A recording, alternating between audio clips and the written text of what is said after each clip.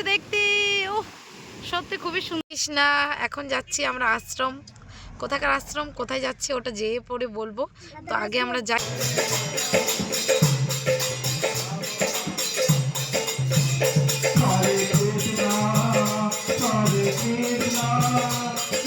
কৃষ্ণা এখন চলে এসেছি আমরা আশ্রমে। তো চলো প্রথমে গোবিন্দ প্রভুকে, প্রথমে আমি দেখাতাম অন্য কিছু, কিন্তু কি করব, প্রথমে গোবিন্দ প্রভুকে তোমাদেরকে দেখাই। ও প্রভু এখন কি করছে তোমরা তো দেখতে পাচ্ছ। হরে কৃষ্ণা, প্রভু কি করছেন? ভালো আছেন তো?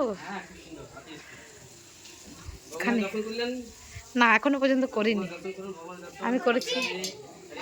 তো আমি আসছি। হ্যাঁ এখন তোমাদেরকে একটু ভেতরটা ঘুরিয়ে দেখাই। তো চলো তোমাদেরকে পরে আমি ভেতরটা দেখাচ্ছি। এখন আমাদেরকে বসে দিতে বললো, কারণ প্রসাদ পাবো আমরা।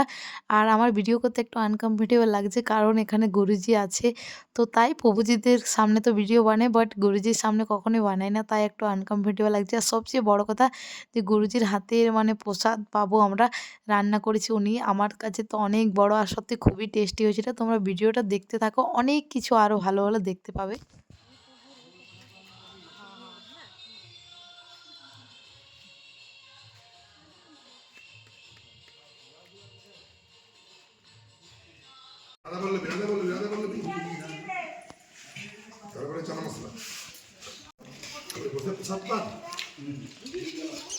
রাহুল প্রভু, রাহুল প্রভু এদিকে দেখো।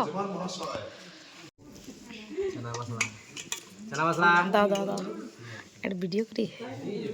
এখন গোবিন্দ প্রভু আমাদেরকে একটু হাসাচ্ছে, কারণ একটা হাসির কথা হচ্ছিল, তাই আমরা খুবই হাসি। এখানে দুটো মাতাজি আছে, ওনাদের এখনো প্রসাদ পাওয়া হয়নি, মানে হয়ে গেছে বাট বসে আছে।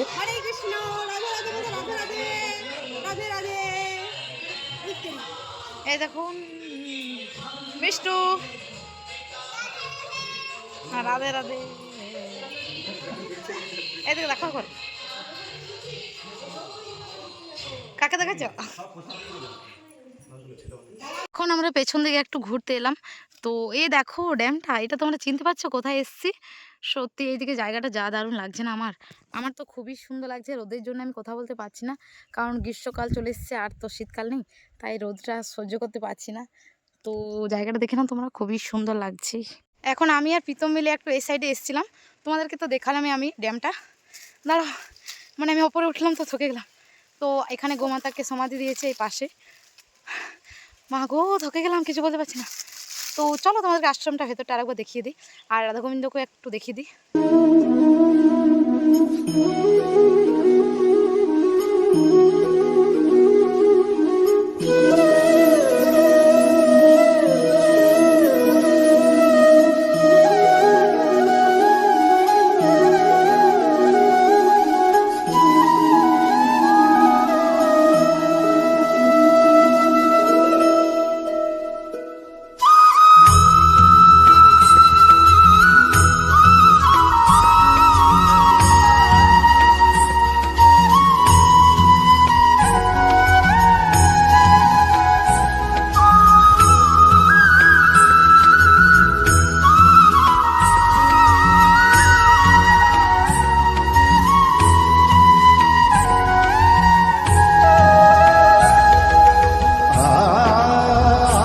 এখন আমরা এখানে সবাই মিলে দাঁড়িয়েছি। আর এই মহিলাটা কি করছে, বিয়ে হওয়াটা, বাকি সবাই এখানে কেউ বিয়ে হওয়া নেই।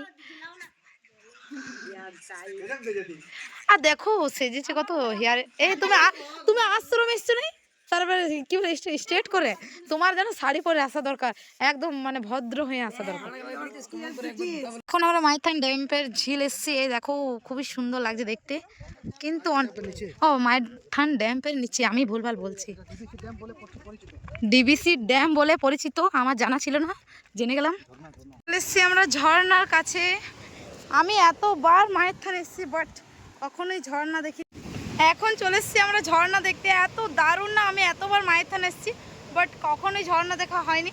আজকে আশ্রমে এসেছিলাম, সেই ভাগ্যতে এত ভালো লাগছে মনে হচ্ছে জলে নেমে যাই। সত্যি আমি ফার্স্ট টাইম দেখলাম বাট খুবই সুন্দর লাগলো। আর তোমাদের আশ্রমটা ভিডিও দেখে কেমন লাগলো আমাকে নিশ্চয়ই জানাও। আমাদের উমেশবাবুকে অনেক, অনেক থ্যাংকস জানাই। কারণ ওনার জন্যে ওনাদের সাথে চিনাপ, তারপর এখানে আসা, ওনার জন্যে সবকিছুই সম্ভব হলো।